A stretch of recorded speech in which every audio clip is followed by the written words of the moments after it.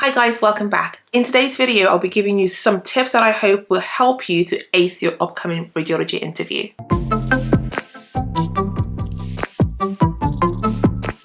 So obviously, because of the pandemic, the way interviews have been carried out has changed. So I will be discussing the previous format, what has changed from that to the new format, and what you can expect going forward.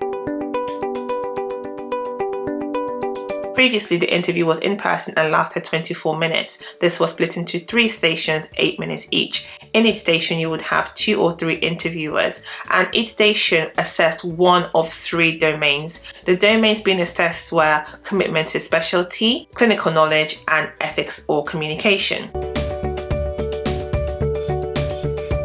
Since the COVID pandemic, things have now moved virtual. The meetings are now hosted on Microsoft Teams, and you have a 15-minute session and you will be interviewed by 2 interviewers. You will only have the 1 set of interviewers for the entire interview session. Although you're still being assessed based on the 3 domains that I mentioned before, the way that you're assessed on this has now changed. You'll receive a PowerPoint detailing the areas that you're going to be assessed on and how long each of those questions is going to last. Now that we've talked about that, here are my tips to help you maximize your chances of getting a spot on the training program.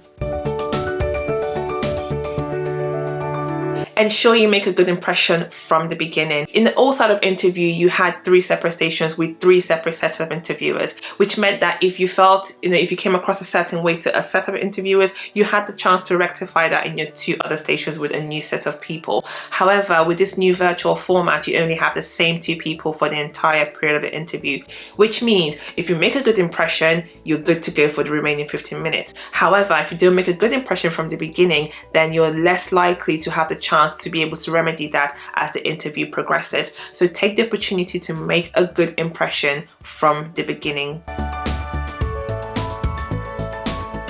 Going from the first point, in order for you to make a good impression, ensure that you are well dressed. In particular, make sure you are dressed in the top and the bottom. You don't know how much of the camera how much of yourself that they can see, and you might move around or need to stand up, for example, and you don't want them seeing that you're not wearing things, clothes in the bottom half of yourself. So make sure you keep everything professional and you are well dressed as you would if you're going for a physical interview.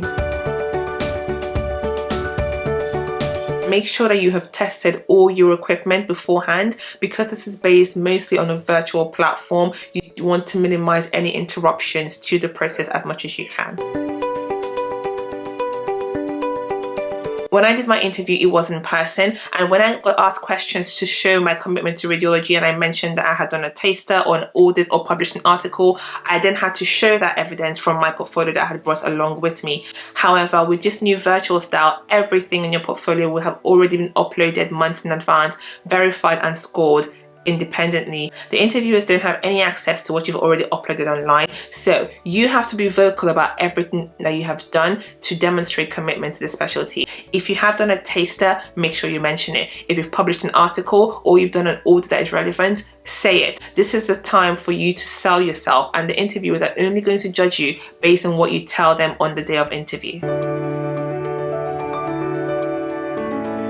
Patient safety comes first. If you ever get a question either related to ethics or communication where there is a patient involved, make sure you include a phrase or a sentence about ensuring that the patient's safety has been maintained. Interviewers love this. They just want to show that you are a safe doctor, so do not miss the chance to show them that you are a safe doctor by making sure you are putting the patient first. If the interviewer is asking you questions such as what else or anything else to add, it's because they haven't quite got the answer they're looking for from you. So be attentive to the non-verbal and verbal cues they're giving you. They're not trying to catch you out. They just want you to say something that will make sure you get maximum points. Finally, practice, practice, practice. I would advise writing down answers to common interview questions. If you want to find out examples, I will leave some links below. There are websites such as Radiology Cafe, which are quite good, and they've got lots of questions there that you can use. And then afterwards, practice with a group of friends if you can, or just to yourself in the mirror, just to make sure you get everything down to a routine. That's the end of this video, guys. I hope you found that useful. Leave me a comment below if you've got any further questions, and good luck on your interview. Thanks for watching. Bye.